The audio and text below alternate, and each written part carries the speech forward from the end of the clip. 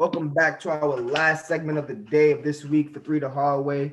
Talk about some quotes. First quote straight off the hot press of a couple days ago. Rob's Falcons. Julio Jones on the air with Shannon Sharpe and Skip Bayless.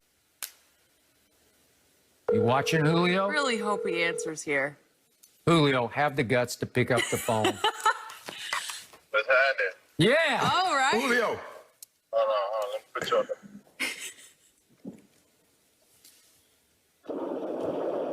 Can you hear me? I got you. This is your favorite uncle. What's going on, bro? Man, nothing much. About to go meet up with my brother. What's happening with you? Man, look. You want to go to the Cowboys, Julio? Or you want to stay in Atlanta? Oh, man, nah, I'm out of there, man. What is that? Oh, man, nah, I'm out of there, man.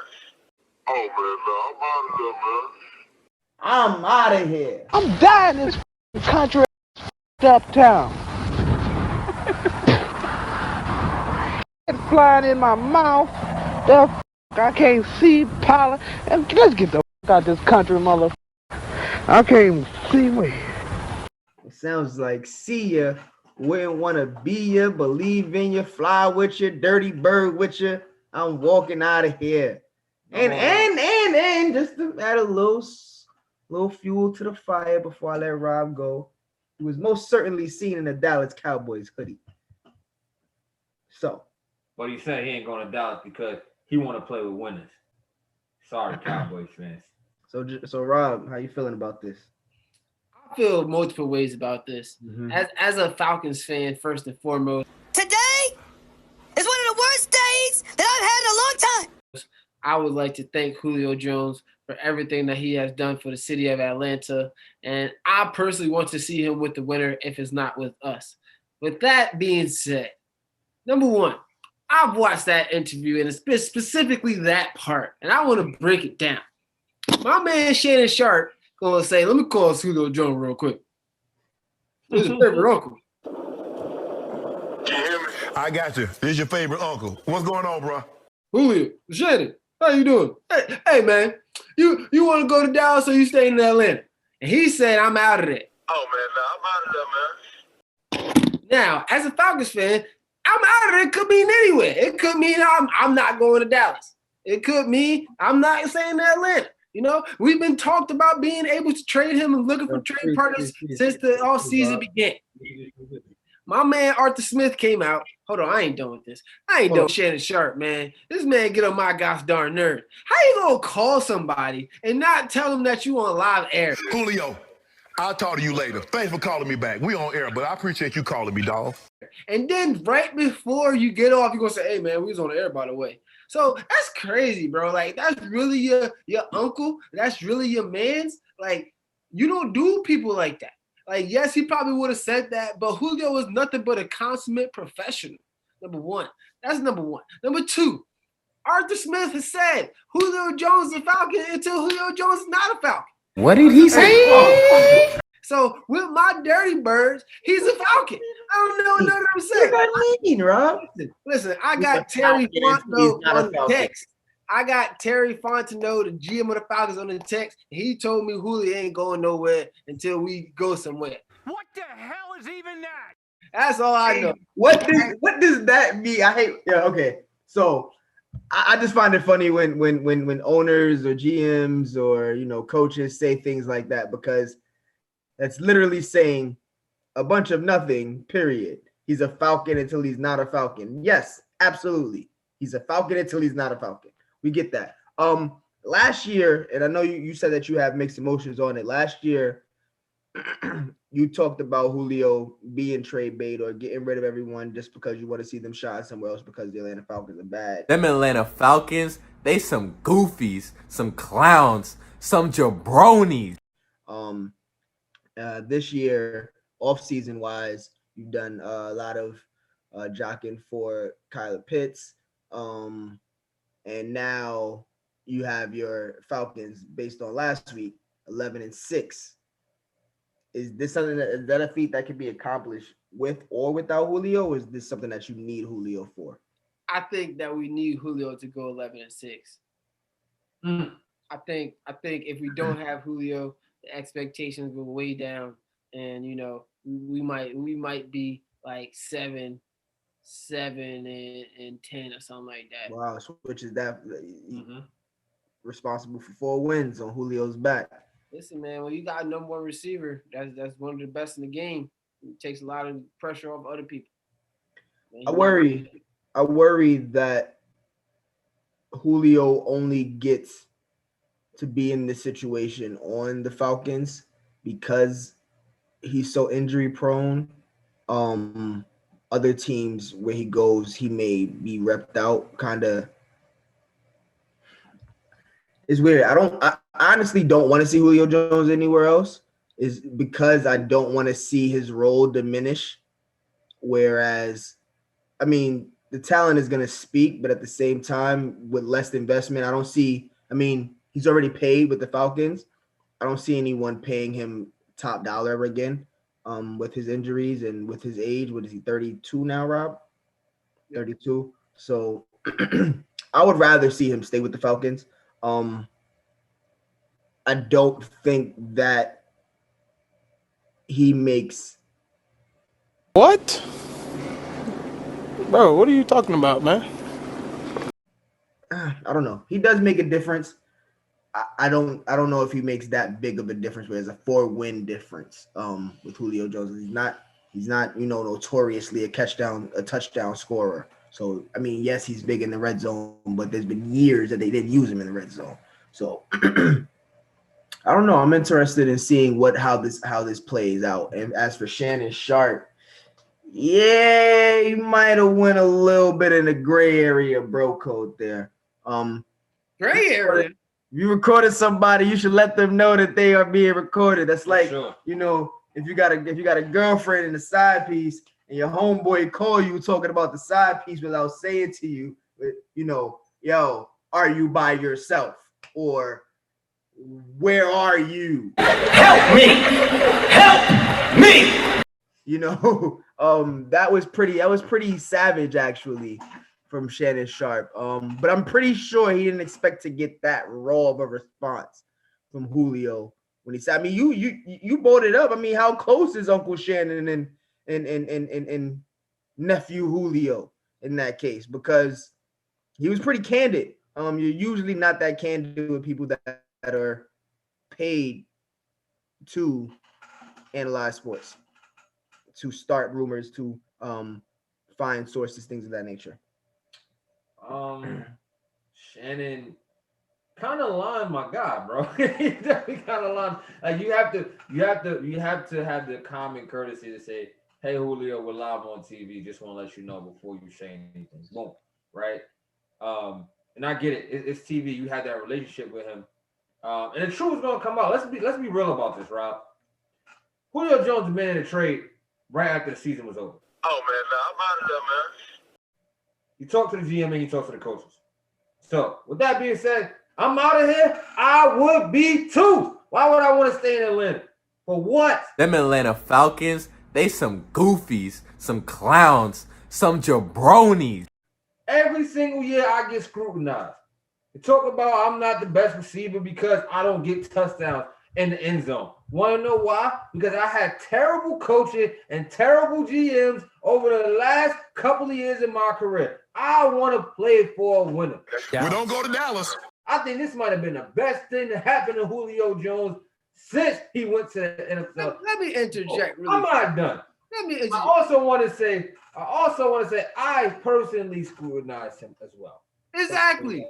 The scrutiny didn't come from nowhere near Atlanta. It was from everywhere outside Atlanta. So don't say every year I get. But the media is not only in Atlanta. The media is across the nation. Listen, he's loved in Atlanta, but he want to go. He's tired of lemon pepper wings. He's trying to get some chips. He might go to Lambeau, get a Lambeau leap. That's where I really want to see him on the other side, playing for a winner and hopefully playing for a championship. Other than staying in Atlanta and wasting his legs and all that talent and not getting the championship. I'd rather him go.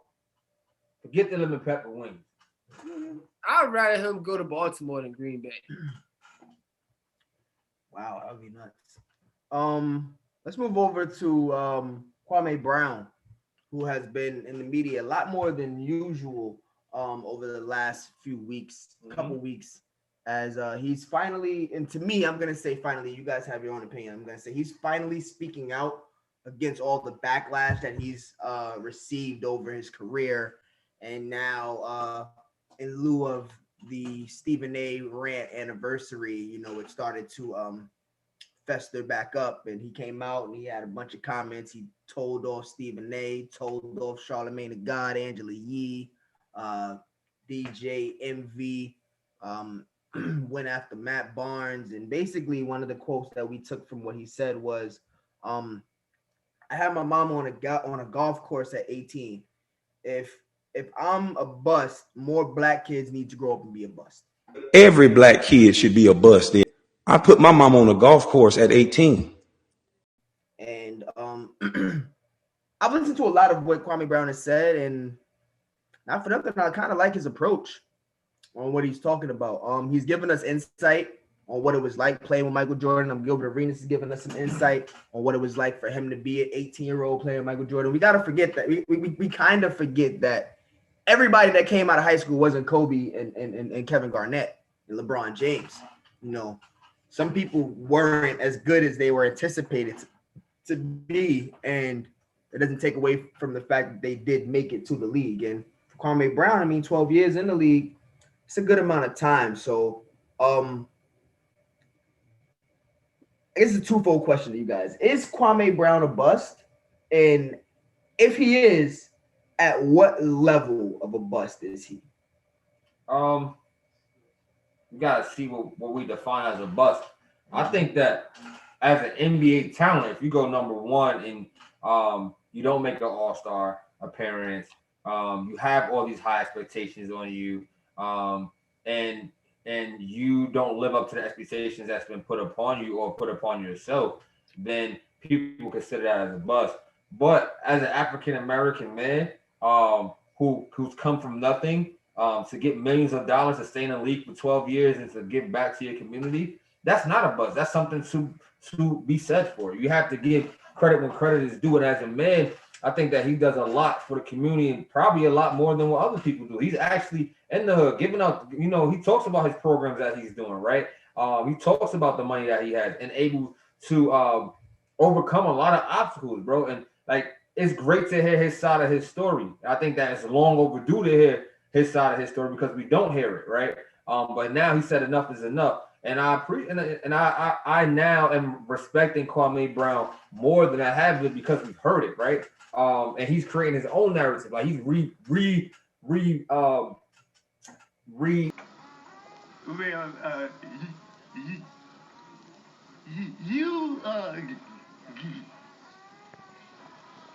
you getting ready to be because come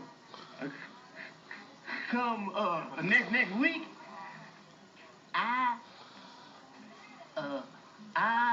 I'm knocking somebody out.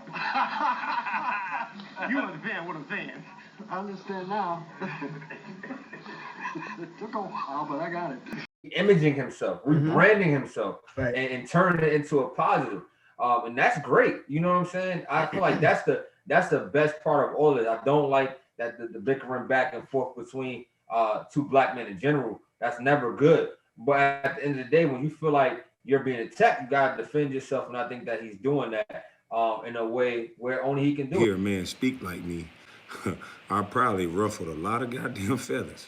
And social media has given that platform. So you got, I respect it. I respect everything that Kwame Brown does. And you know how he's going about it. It might not be the best way, in my opinion, but it's a way that he does it to defend himself. And you have to defend yourself at the end of the day. Listen, man, success is always relative to expectations. And when you are a number one pick, and you're out of high school, and you're the number one pick, again, I want to emphasize number one pick. People are expecting you to do great things. They're expecting you to come in and basically turn the franchise around. And in that sense, Kwame Brown is a bit of a bust. Should he have been the laughingstock of all the jokes throughout his career? No.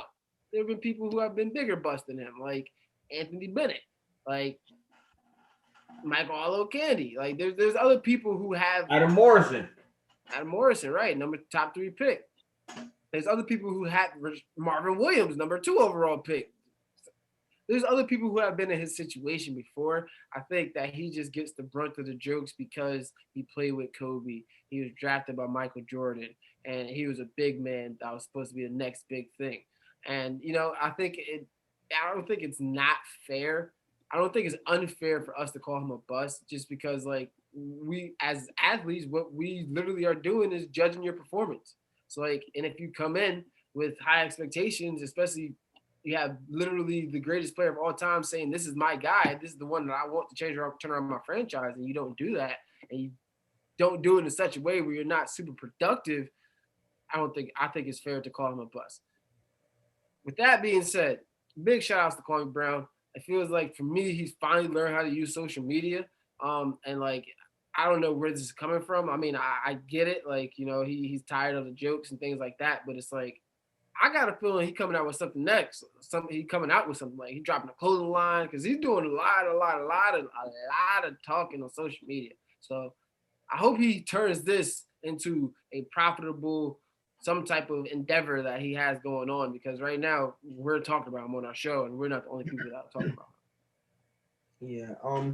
I think he's worth talking about simply because, he's finally defending himself, and for what it's worth, we've been hearing this since, and I didn't even know when I first heard it that this was Stephen A. Smith kind of stepping into his own when I first heard it 10, 12 years ago.